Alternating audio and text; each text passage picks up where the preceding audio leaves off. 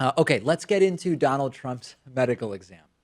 I don't even know how to reset the story at this point because every day it's become even more and more insane. But I guess like to go really far back, Donald Trump has been behaving oddly for a year.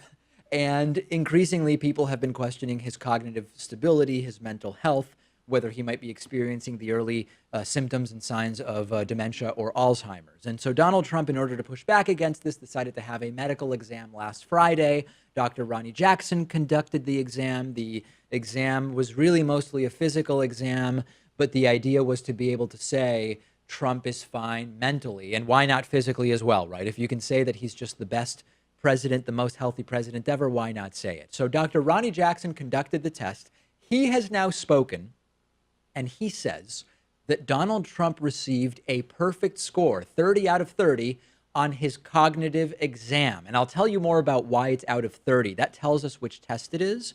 Why was a cognitive exam done? Because Donald Trump asked for it. Here's a quote from Dr. Ronny Jackson. I've got to know him pretty well, and I have absolutely no concerns about his cognitive ability or his neurological function. I've found no reason whatsoever to think the president has any issues whatsoever with his thought processes. Here's the problem.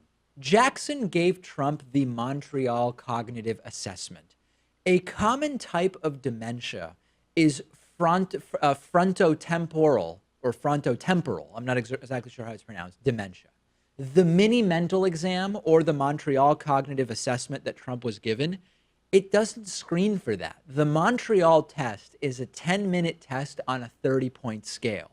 It tests short-term memory recall. You are given 5 nouns, like if I say television, microphone, 5 nouns, and then 5 minutes later, you have to repeat those. Not exactly a very rigorous test for seeing whether there's cognitive decline, right? You have to draw a clock, an analog clock, showing a particular time of day, and then you have to copy a drawing of a 3-dimensional cube. You can be experiencing cognitive decline, where we might say you shouldn't be president, and still be able to copy a cube off of a piece of paper, right? In the Montreal Cognitive Assessment, you also do a short exercise where you alternate between a trail-making task and a sound awareness task and a 2-item verbal abstraction task. The point is, these are pretty simple tests. There's an attention test where you have to look at digits forward and backwards and then focus on a tapping. You're then asked to repeat 2 sentences immediately after hearing them. And then this is just stunning. A lot of people have heard this and they say Trump's just, he's bigly cognitively with it. You get 6 of the 30 points just for naming the city and state where the test is being conducted. Like if Trump just said, it's January 12th, 2018, and I'm currently in Washington, D.C., that's 20% of the score, right? So the point is, this test for one specific type of very significant cognitive decline, and it's not the kind that appears to be happening in Trump, right? Because the symptoms of the type of dementia that is speculated to maybe be happening in Trump, and maybe it's not, right? But we need to be thorough and figure out what did this test prove or disprove. Poor judgment, loss of empathy, socially inappropriate behavior, repetitive compulsive behavior, frequent abrupt mood changes and speech difficulties. None of that is tested by drawing a cube and repeating 5 nouns, right? None of that is even, we can't deduce anything about that from the Montreal Cognitive Assessment. Now, if the argument is Trump's fine, that's actually scary because it means Trump's acting the way he's been acting for some reason other than dementia, like he's genuinely a moron or he has significant personality disorders. It's almost better if Trump has been acting the way he's been acting as president because he has dementia. But if not, it's actually nothing that we can determine from this test because the Montreal Cognitive Assessment doesn't test for what Trump is speculated to have. The thing is, we're not going to get another test. No. And this was the White House physician. He was That's Obama's doctor, too, while Obama was in office. Yep. And I tend to trust the results. I mean, there were some things that the physician said that seemed a little bit hacky to me, right? Like he said, oh, the president is so sharp and articulate. It looked a little bit over the top to me. It seemed like Harold Bornstein language. but what other evidence are we going to find, you know? That's the problem, which is that most people won't ever even understand how limited the 10-minute Montreal cognitive assessment is. And to be clear, I am not saying Trump definitively does or doesn't have frontotemporal dementia. What I'm telling you is the Montreal cognitive assessment wouldn't tell us one way or the other.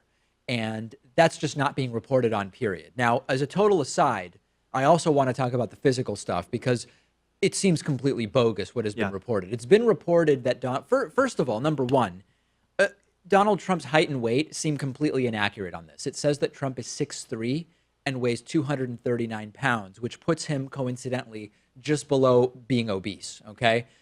First of all, Trump publicly is known to be 6'2". I mean, I get, it's a 1 inch difference, right? 6'2" and 6'3". But when you're cutting it so close in terms of weight, it is possibly the difference between being obese and just being significantly overweight. But does anyone believe Trump weighs 239? If you see a picture of Trump at 6'3" or 6'2" and you see his physical body, how can anyone really think the guy weighs 239 pounds? I'm not buying it. And this is sparking the girther movement. The girther Have you heard movement. about That's that? I have, yeah. I love it. That's a great term. Do you believe Trump is 6'3", 239? I think he may slouch, right? I mean, maybe his posture is just poor. So when Okay. he stands up straight, he could stand at 6'3". So 6'3" you believe? 239 seems pretty low to me. And also, apparently, he has a resting heart rate of 68. If you have a diet exclusively of McDonald's and KFC, how do you have a resting heart rate of 68? Particularly when Trump's cholesterol has worsened, he doesn't Takes meds for it. exercise, he takes medication. That medication is going to be increased. The bad cholesterol has gone up significantly since the last test. I just don't know how it computes that even believing 6'3", 239, which I don't. I think it's more like 6'2", 259, but that's maybe a story for a different day. A guy who's 71 doesn't exercise, eats a terrible diet, and has increased cholesterol, and as Dr. Sanjay Gupta said earlier today, evidence of heart disease. How is that excellent health? Like, I just don't get it. And I know most 71-year-olds have some degree of elevated cholesterol, half of them or so. But to say that this is a man in excellent health just sounds a little weird to me. And his doctor said that he wants to put him on a diet, maybe Yeah. lose 10 to 15 pounds over the course of the next year. Good luck. But Trump's not open to exercise, of course, because that would drain his battery, right? Yes, Deplete his what resources. Pat's referring to is Trump once said that he believes, I want to try to represent it as he said it. Okay. He believes humans are born with some total amount of energy that is available to them throughout their entire lives, and that amount of energy depletes over time, and that activities like exercise make it deplete more quickly, so that exercise presumably is to be avoided. Is that more or less the story? That's it. Yeah. Better said, but that's it. Yeah, I think I'm almost saying it more articulately than Trump did. So listen, I don't know that this is going to go any further, but what is abundantly clear is that, let me put it a different way. We now know that President Ronald Reagan was already suffering from Alzheimer's during his presidency. He probably would have passed the Montreal cognitive assessment because it is so simple, basic, and quick that I don't think it tells us anything of value. Discuss this with us on our subreddit at davidpakman.com/REDDIT. If you've been hearing about Bitcoin and cryptocurrency and you want to get involved, maybe buy a little, but you just don't know how, Coinbase is for you. Coinbase is the world's most used way to buy, sell, and use Bitcoin, Ethereum, Litecoin, and Bitcoin Cash. If you sign up through davidpakman.com/Coinbase and buy or transfer $100 worth of Bitcoin, you'll get a $10 bonus, and so will we. So you'll be supporting The David Pakman Show. Sign up today at davidpakman.com/Coinbase.